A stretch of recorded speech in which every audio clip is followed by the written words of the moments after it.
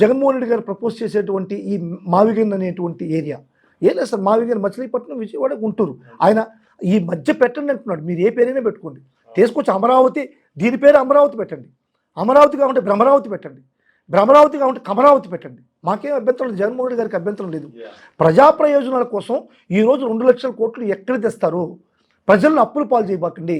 దాంట్లో 10% డబ్బులు ఖర్చు పెట్టాం. కానీ ఈరోజు ఒక ఎక్సలెంట్ అయినటువంటి ఒక రాజధాని తయారవుతుంది అనేటువంటి ఒక సర్చ్ ఇంజిన్, ఒక ఒక జనరేషన్ ఇంజిన్ని జగన్మోహన్ రెడ్డి గారు చెప్తున్నారు.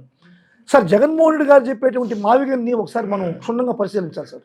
ఏదో జస్ట్ లైక్ దట్, ఏదో చంద్రబాబు నాయుడు అమరావతి అంటున్నాడు, దానికి వ్యతిరేకం నేను కాబట్టి దానికి ఏదో ఒక పేరు చెప్పాలనేటువంటి ఒక గుడ్డి ఐడియాతో జగన్మోహన్ రెడ్డి గారు ముందుకు పోవట్లేదు. ఆయన చెప్పేటి ఒక రీజన్ మనం విన్నామంటే నిజంగా మావిగన్ యొక్క ప్రాచుర్యం ఏంటి, దాంట్లో నిజమైనటువంటి రియల్ థింగ్ ఏంటి అనేది అర్థమవుతుంది. సార్, ఒక రాజధాని ఉంది. ఆ రాజధానికి ఏం కావాలి సార్? మెయిన్ వసతులు ఏం కావాలి?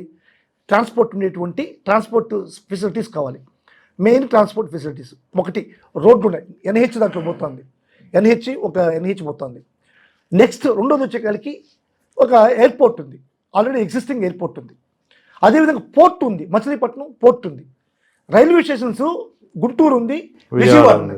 ఇప్పుడు అంతకన్నా ట్రాన్స్పోర్ట్కి, కనెక్టివిటీకి ఏం కావాలి సార్? ఒక రాజధానికి ఎయిర్పోర్ట్ ఉన్నాయి, పోర్ట్ ఉంది, రోడ్డు మార్గాలు ఉన్నాయి, ఎన్హెచ్ ఉంది, ఆ తర్వాత రైలు మార్గాలు ఉన్నాయి. నువ్వు ప్రత్యేకంగా వాటికంటూ ఒక డబ్బులు ఖర్చు పెట్టాల్సిన అవసరం లేదు.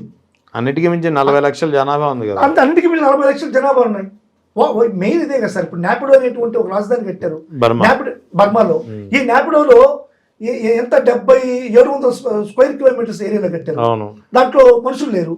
20 లేన్ల రోడ్డు వేశాడు, దాంట్లో సైకిల్లో పోతున్నారు. దానివల్ల ఏమవుతుంది సార్? దానివల్ల ఉపయోగం ఏంది?